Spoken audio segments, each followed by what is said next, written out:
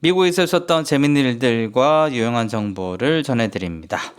자, 오늘 가장 큰 이슈가 있었던 엔비디아 어닝콜이 있었습니다. 다들 엔비디아 주식 가지고 계시죠? 전 세계가 숨죽이며 기다리던 인공지능의 왕자 엔비디아의 1분기 실적이 방금 전 발표되었는데요. 매출과 주당 순익 모두 시장의 예상을 가볍게 뛰어넘는 역대급 어닝 서프라이즈를 기록했고 배당금까지 파격적으로 인상했는데요. 그런데 왜 실적 발표 직후 엔비디아의 주가는 오히려 2% 넘게 요동쳤을까요? 지금 엔비디아의 목을 재우는 무서운 대형 경쟁자들의 소식까지 빠르게 전해드립니다. 엔비디아 역대급 성적표가 나왔죠. 예상은 다 깨부수려고 있는 것 같습니다. 1분기 실적은 매출이 81.62 빌리언을 기록하며 월스트리트 예상치였던 79빌리언을 훌륭하게 2배 이상, 2배는 아니죠. 2빌리언 이상 상회했습니다. 주당 순이익 1달러 87로 이 역시 예상치였던 1달러 77을 뛰어넘었습니다. 파격적인 주주 환원도 있었는데요. 엔비디아 이사회는 분기 현금 배당금을 기존 주당 1센트에서 25센트로 대폭 인상한다고 발표했습니다. 주주들에게 확실한 선물을 안겨준 셈입니다. 저도 주주이기도 한데요. 기분이 좋습니다. 다음 분기 가이던스는 매출 전망치는 89빌리언 정도로 월가 전문가들이 예상한 87빌리언을 한참 웃도는 수치로 AI 칩 수요 둔화 우려를 단숨에 불식시켰고요. 완벽한 성적표와 가이던스도 불구하고 장외 시장에서는 엔비디아 주가 발표는 발표 직후 2% 이상 일시적으로 하락하는 모습을 보였습니다. 시장의 눈높이가 아마 그 정도로 우주 끝까지 높아져 있다는 뜻이기도 한 것 같습니다. 그리고 데이터 센터의 괴물 같은 성장과 또 중국 리스크가 있는데요. 엔비디아의 핵심 캐시카우인 데이터 센터 사업은 이번에도 괴물 같은 성장세를 보여줬습니다. 뼈아픈 수치도 물론 있었죠. 중국. 이번 분기에만 무려 75빌리언을 벌어들였어요. 시장 예상치였던 73빌리언을 넘겼을 뿐 아니라 작년 1분기 데이터 센터 매출 39빌리언, 비교하면 1년 만에 거의 2배 가까운 폭발적인 수치입니다. 그리고 매출 다변화의 성공인데요. 최고 재무 책임자 CFO인 콜레트 크레스에 따르면 데이터 센터 매출의 50%는 대형 빅테크로부터 나왔고 나머지 50%는 AI 클라우드 산업용, 기업용, 그리고 국가적 고객 등 다양한 곳에서 발생했습니다. 특정 빅테크에만 의존하지 않는다는 좋은 신호이기도 하죠. 하지만 중국의 매출이 $0였습니다. 중국 시장으로 인도된 하퍼 제품군의 매출은 제로인데 미국의 대중국 수출 규제 타격이 고스란히 증명된 셈이죠. 그리고 미래를 위한 체질 개선, 실적 분류법 전격 변경을 외쳤는데 엔비디아는 이번 실적 발표로부터 돈 버는 사업 부분의 이름을 완전히 바꾸며 미래 AI 시대를 대비하고 있습니다. 두 개의 축으로 재편이 되는데 기존의 복잡한 분류 대신에 실적을 데이터 센터와 엣지 컴퓨팅 두 가지로 단순화했습니다. 데이터 센터는 앞서 말한 하이퍼스케일러와 AI 클라우드 기업용 수요가 여기에 묶이고 엣지 컴퓨팅은 엔비디아가 강조하는 에이전틱 AI, 물리적 AI라고 불리기도 하는데 PC, 게임 콘솔, 워크스테이션, 그 다음에 기지국, 로보틱스, 그리고 자율주행 자동차, 오토모티브가 이 영역으로 분류될 것으로 예상이 되고 있습니다. 그리고 마지막으로 왕자를 위협하는 무서운 도전자들이 좀 나타났죠. 엔비디아가 압도적인 1위 자리를 지키고는 있지만 시장에는 엔비디아 독점을 깨기 위한 거대한 움직임들이 포착되고 있습니다. 미국이 특히나 독점을 굉장히 우려하고 싫어하기 때문에 이런 움직임들이 포착되고 있는데 첫 번째 도전자 세레브라스 아시죠? CBRS 지난 목요일에 따끈따끈하게 IPO 상장한 강력한 칩 제조사입니다. 엔비디아와는 완전히 다른 형태의 고유의 설계 방식을 가진 AI 프로세서를 판매하는데 회사 측은 이 독특한 디자인 덕분에 전체적인 AI 연산 성능이 엔비디아보다 훨씬 빠르다고 주장하고 있습니다. 어떻게 된 거냐면은 엔비디아 같은 경우에는 작은 칩들을 여러 개 연동시키고 연결해서 하는 반면에 세레브러스 같은 경우는 큰 마더보드에다가 칩을 여러 개를 연동시켜 가지고 하기 때문에 한다고 하는데 저도 정확하게 잘 모르겠습니다. 제가 아는 분야는 아니니까요. 하지만 세레브러스 같은 경우에는 지난주에 주식이 엄청 올랐다가 지금 좀 잠잠한 분위기이기도 합니다. 근데 오늘 좀 올랐다고 하더라고요. 또 하나는 빅테크 아마존 AWS의 반격과 독립선언인데 세계 최대 클라우드 기업 아마존은 최근 자체 칩 부분의 연간 매출 런 레이트가 무려 20 빌리언을 돌파했으며 전년 대비 세 자릿수 %의 폭발적인 성장을 기록 중이라고 밝혔어요. 더 무서운 점은 대형 계약 체결 소식입니다. 아마존은 AWS를 통해서 오픈 AI, 샘 올트만 자체 AI 칩인 트레이니움의 인프라 용량을 2기가와트를 공급하는 계약을 맺었고요. 이에 더해서 엔트로픽 역시 아마존 내 현재 및 차세대 트레이니움 칩을 최대한 5기가와트까지 사용하기로 합의했다고 하네요. 빅테크들이 비싼 엔비디아 칩 대신에 자체 칩 생태계로 빠르게 넘어가고 있는 강력한 증거이기도 합니다. 다음 소식은요. 여러분 만약 내가 매일 일하는 모습을 컴퓨터가 실시간으로 감시하고 내 행동을 학습한 AI가 내 자리를 대체해 나를 해고한다면 어떤 기분일 것 같습니까? 지금 실리콘밸리 거대 기업 메타에서 실제로 벌어지고 있는 일인데요. 메타가 또다시 전체 직원의 10%를 해고하겠다고 밝히면서 지금 메타 본사는 그야말로 공포와 눈물바다가 되었다고 합니다. 도대체 메타 내부에서는 어떤 일이 벌어지고 있는지 살펴봤습니다. 이번 해고로 메타의 전체 직원이 약 7만 8천 명 중 10%에 달하는 8천 명 정도가 개인 이메일로 해고 통보를 받게 됩니다. 이미 지난 3월부터 해고 소문이 돌았던 터라 직원들은 극심한 불안감에 시달려오고 있는데요. 현재 메타 내부의 사기는 역대 올타임 로우 최악이라고 합니다.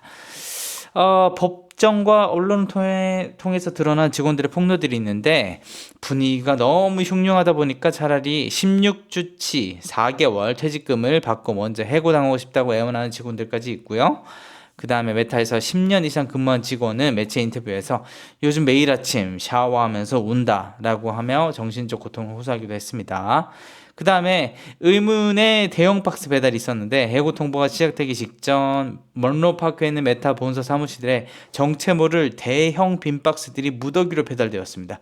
짐을 싸라는 무언의 압박이었을 것 같은데 정작 회사 측은 왜 이 박스들이 배달되었는지 아무런 답변을 주지 않아서 직원들을 공포에 떨게 하고 있다고 합니다. 그리고 해고의 진짜 이유는 인간을 줄여 AI에 올인한다. 마크 저커버그 CEO는 과거 코로나 시기에 과잉 채용을 바로잡기 위해서 해고를 한다고 변명을 했었는데 이번엔 해고 목적이 완전 다릅니다. AI 투자 자금을 확보하기 위해서라고 하고요. 메타는 인공지능 개발을 위해서 올해만 무려 1,450달러 200조 라는 천문학적인 돈을 쏟아붓겠다고 선언을 했고 이를 위해 인간 직원을 해고하고 남은 직원 중 7,000명은 AI 부서로 강제 이동을 시켰으며 기존에 뽑으려던 채용 공고 6,000개도 취소해버렸다고 하네요. 그리고 진짜 소름 돋는 사실은 메타가 직원들을 해고하기 전 철저하게 이용해 먹었다는 점이라고 합니다. 메타는 지난달부터 사내 컴퓨터에 직원들의 모든 움직임을 추적하는 프로그램을 몰래 도입하고 회사의 목적은 되게 황당하다고 하는데요. 인간 직원이 일상적인 업무를 어떻게 컴퓨터로 처리하는지 데이터로 수집해서 AI 모델을 학습시키기 위함이라는 것이었다고 하네요. 즉 내가 열심히 일하는 행동 데이터가 고스란히 내 자리를 대체할 수 있는 AI의 역량분이 된 셈입니다. 이 분노한 메타 직원들은 감시 프로그램을 중단하라는 서명운동을 벌이고 영국 지사 직원들은 노조 결성을 시도하며 거세게 반발하고 있다고 하네요. 하지만 이러한 진통 속에서도 메타는 역대 최고의 기업 이익을 기록하고 있어 씁쓸함을 더하고 있습니다. 메타 주식을 가지고 있는 주주로서 메타와 주커버그의 행보가 궁금해집니다. 자, 어제 이어서 블랜치 법무장관 대행이 트럼프의 18억 달러 규모 기금 관련 상원 청문회에서 집중 질문을 받았는데요. 양당의 상원의원들은 토드 블렌치 법무장관 대행을 상대로 트럼프 대통령이 바이든 행정부의 정책으로 피해를 입었다고 주장하는 사람들에게 세금을 지원하려는 계획에 대해 날카로운 질문을 쏟아냈다고 합니다. 민주당 의원들과 함께 공화당 소속 수잔 콜린스 상원의원도 해당 기금은 매우 불규칙적이라고 비판하면서 더 강력한 감독을 요구했고, 공화당 소속 리사 머코스키 상원의원은 블렌치 대행의 증언이 어떤 해명보다 더 많은 의문을 제기했다고 지적했는데요. 블렌치 대행은 1월 6일 화이트하우스 폭동 가담자와 경찰관 폭행 혐의로 유죄 판결을 받은 사람들을 포함해 누구에게나 지원금을 지급할 가능성을 배제하지 않겠다라고 밝혔습니다. 그는 이 나라 누구든지 신청할 수 있다고 덧붙였는데요. 이게 더 큰 문제가 되고 있는 거죠, 지금. 두 번째 이야기는 구글이 대거 새로운 AI 기능을 발표했습니다. 여러분이 지금 제미나를 쓰고 있다면 어떻게 변경됐는지 지금 알고 계실 텐데요. 어제 열린 구글 연례 개발자 컨퍼런스에서 이 거대한 기술 기업은 24시간 내내 개인 AI 비서로 활약할 수 있는 제미나이 스파크, 그 다음에 음성으로 문서를 생성할 수 있는 독스 라이브, 그 다음에 향상된 비디오 생성 기능을 갖춘 새로운 제미나이 모델 엄니, 더욱 빨라진 또 다른 제미나이 모델, 그리고 25년 전 검색 기능 출시 이후 가장 큰 변화라고 주장하는 새로운 AI 기반 검색창을 공개했습니다. 이해하셨나요? 순다르 피차이 CEO는 또한 제미나이 앱의 월간 활성자 사용수가 9억 명에 달하며 이는 1년 전보다 2배 이상 증가한 수치라고 밝혔습니다. 전 제미나이 유료 구독자이기도 한데요. 오늘부터 제미나이 포맷 자체도 조금 바뀌었으니 계속해서 지켜보도록 하겠습니다.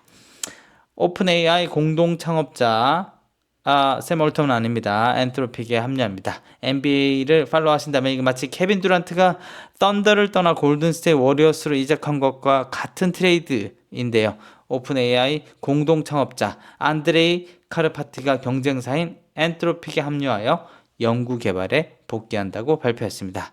카르파티는 오픈 AI에서 2차례 근무한 경력이 있고 테슬라에서는 오토파일럿 시스템 팀을 이끌기도 했습니다. 이번 영입은 엔트로픽이 이달 초 일론 머스크의 XAI 창립 멤버를 영입한 데 이어 또 하나 주목할 만한 인재 영입이라고 하네요. 또 재밌는 소식은 구형 킨들이 고장나자 사용자들은 기발한 아이디어를 내놓고 있습니다. 이거 약간 한국 사람이 아닐까 생각하는데요. 두꺼운 종이책을 들고 다니는 걸 좋아하는 애호가들의 생각이 옳았음이 입증되고 있습니다. 오늘 아마존은 2013년 이전에 출시된 킨들 전자책 단말기에 대한 지원을 종료한다고 밝혔습니다. 2013년 이전에 출시된 킨들입니다. 이에 따라 일부 사용자들은 책을 잔뜩 사거나 기기를 개조하기도 했는데요.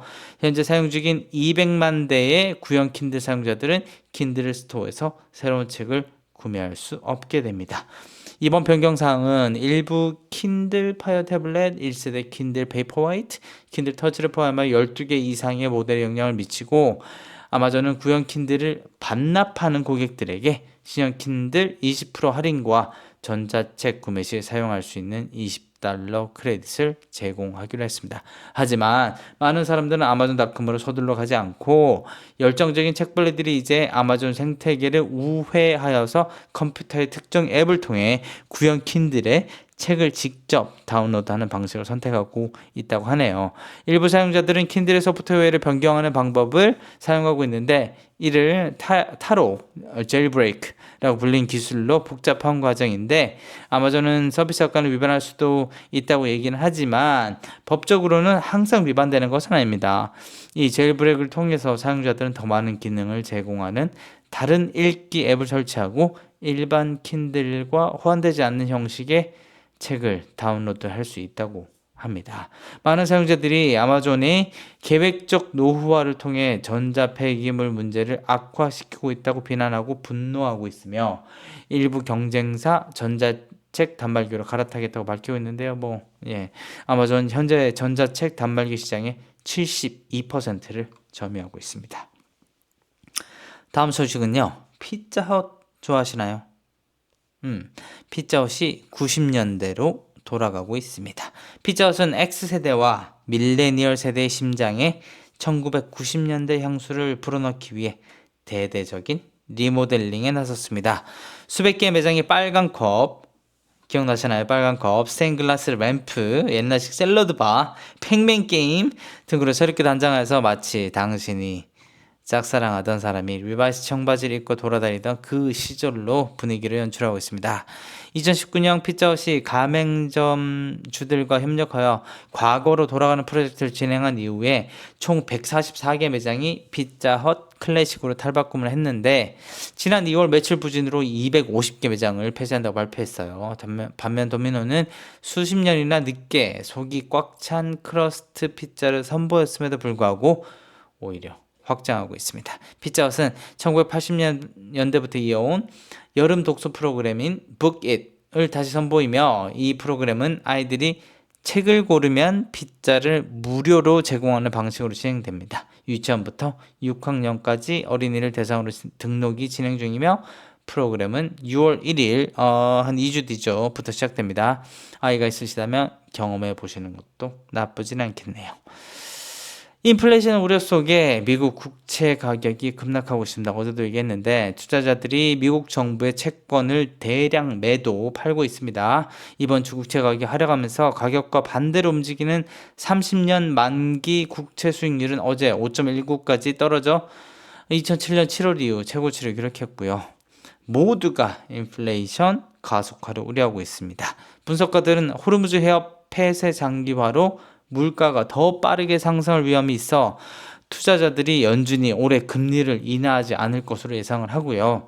시장은 올해 3차례 금리 인하를 예상했다가 이제는 금리 인상을 예상하고 있습니다. 케빈 월시 아저씨 머리가 많이 아플 것 같네요. 정부 부채 증가로 연방채 가격이 더욱 하락하고 있고 지난해 4분기 미국의 국가부채는 GDP의 122%를 기록했는데 이는 2019년 같은 기간에 105%에서 엄청 증가한 수치입니다.